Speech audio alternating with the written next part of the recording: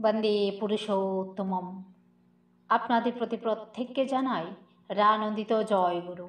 আজকের ইষ্ট প্রসঙ্গে পরম প্রেমময় শ্রী শ্রী ঠাকুরের একটি অমৃত কথা জেনে নেব।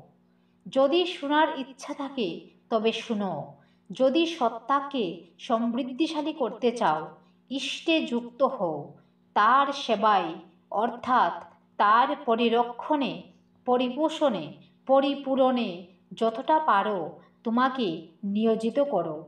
আর তার উপদেশ মাফিক যতটুকু হয় নিজেকে নিয়ন্ত্রিত করতে থাকো। ক্রমেই উপযুক্ত হবে, আলোর দিকে চলবে।